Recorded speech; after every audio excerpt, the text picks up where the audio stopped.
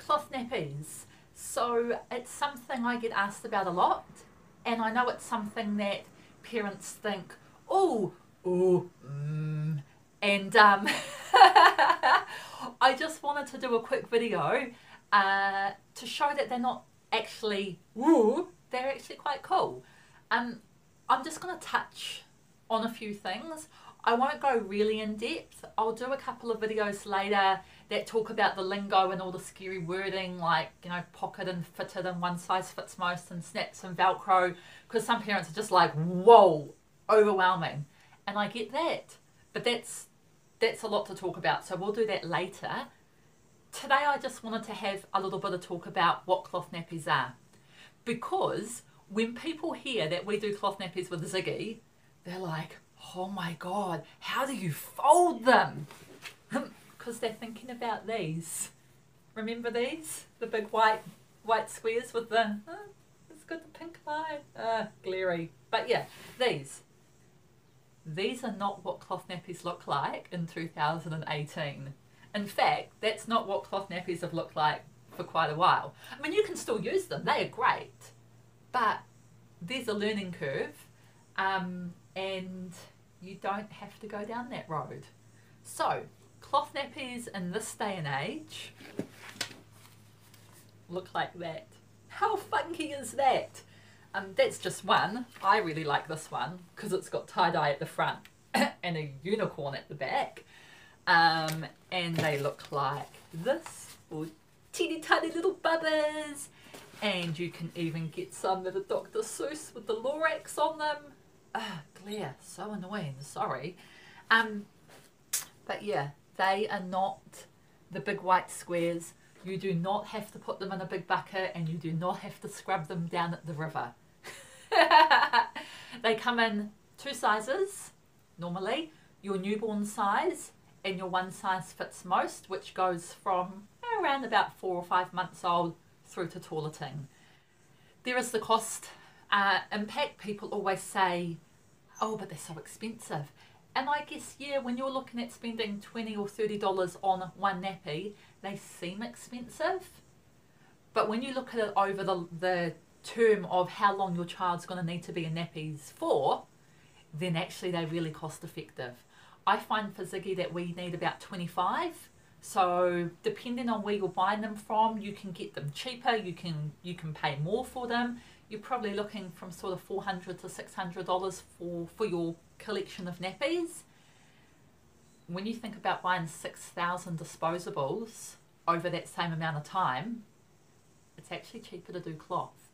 And then if you have another baby like we've done, you can use the same nappies, so you save even more. One really good idea is for your baby shower, ask for a cloth nappy for your present. Give your guests the link to some really good websites, and one cloth nappy per person. You're almost set. You'll get one of everything without having to fork out anything up front. The other thing that people get really concerned about, I guess, is washing. Because we remember how our mums used to wash nappies with a bucket of nappy sand and a stick and the line out the back that you had the tea tree branch to hang the wire up. You don't have to do that. There are websites, there are Facebook sites out there that will help you with washing cloth nappies. For me, it's as simple as throwing them into the washing machine, putting in 2 scoops of Persil and hitting go. If there's just a mimmy in the nappy, I throw it in. If there's been a caca in the nappy, then you get as much of it off into the toilet as you can. And before you go, ew, gross, caca, you're actually meant to do that with disposables too. You're not meant to package up the shit in a disposable and have like a little poo bomb there in your rubbish bin. You're meant to put it in the toilet. But no one does. But that's what's supposed to happen. So you get as much caca off into the toilet. Some people have a sprayer that attaches to the system so you can spray it off. And then I have a scrubbing brush, like a dishwash brush that we don't use for the dishes.